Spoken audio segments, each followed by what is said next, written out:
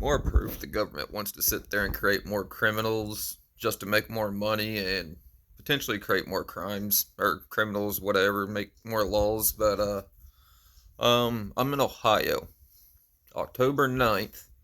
I'm at work. I take my gun to work because I was doing a job to where you have to go in people's yards and backyards sometimes because you have these things called storms, and they blow trees and branches onto power lines, and you got to remove the limbs and all that crap.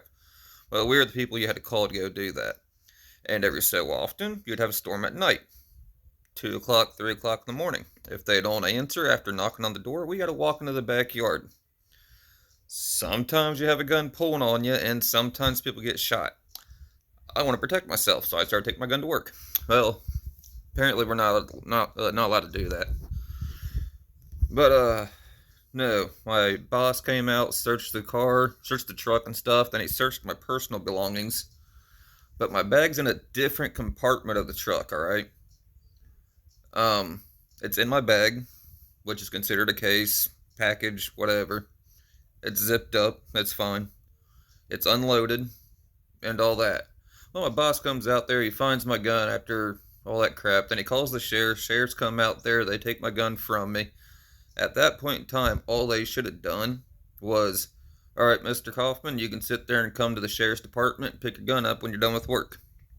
That's all that ever should have been done. But no, they violated my Fourth Amendment.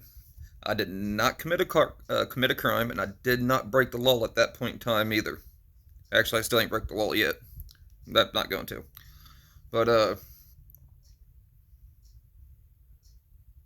shit, I stroked out.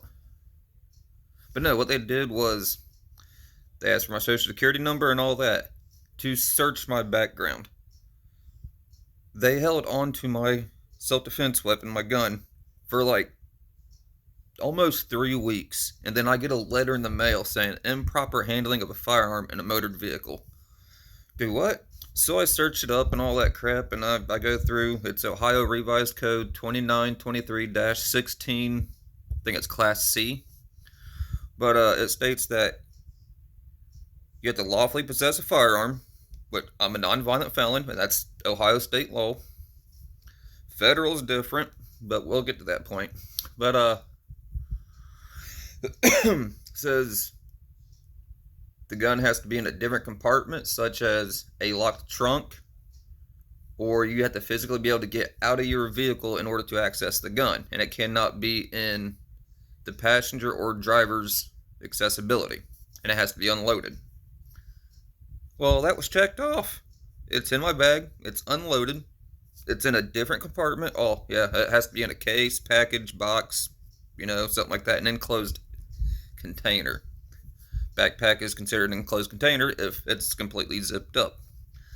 But all that's checked. Like, it's fine. Even my letter, wherever the heck that said, it even says that my firearm was unloaded. But it's like, well, why am I getting charged with this? When I talk to the attorney, it's because I'm a felon. Hold on, how do they know that? They're not allowed to search my background unless I broke the law or committed a crime right then and there for them in order to, have contact with me. I broke nothing. Company policy, okay, that's not state policy. You broke my Fourth Amendment. They did that. Oh, well, here it says that you have to have compliance of the federal guidelines too, and they don't allow felons, like any kind of felon, to carry a firearm.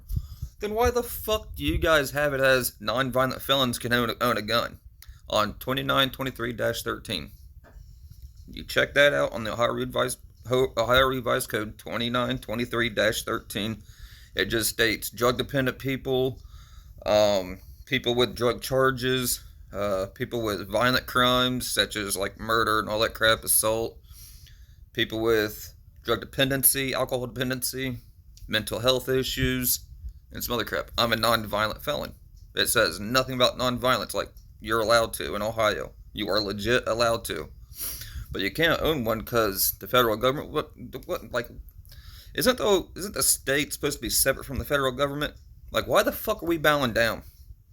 In my opinion, everybody, unless you're a murderer, or a rapist, pedophile, one of those weird fucking creeps. Or if you're liberal Democrat because you're already mentally ill. But everybody should be allowed to carry a firearm. Why? Everybody needs to, first of all.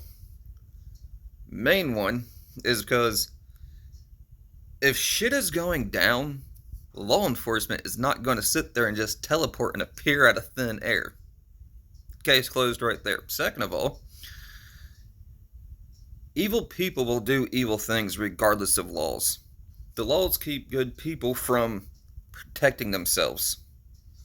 And the government uses moms because like 90% of the moms out there is guns are dangerous, guns are scary, don't play with guns, you don't need guns, violence is not the issue, blah blah blah blah blah.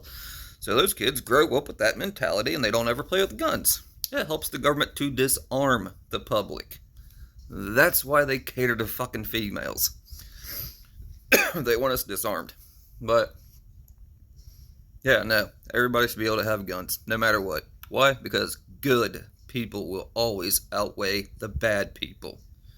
No matter what kind of laws you make, no matter what kind of regulations and restrictions you make, if someone wants to do something evil, they're going to do it. All those laws and restrictions and regulations do is protect criminals. It prevents us from doing things. It's fucking stupid. America, we need to wake up. We need to stand up. Because this government is getting way over their freaking heads. And then you got the IRS with whistling Dixie like, oh, you fucking tax evasion. Oh, you're going to get a felony now because you didn't pay fucking money on something to the government.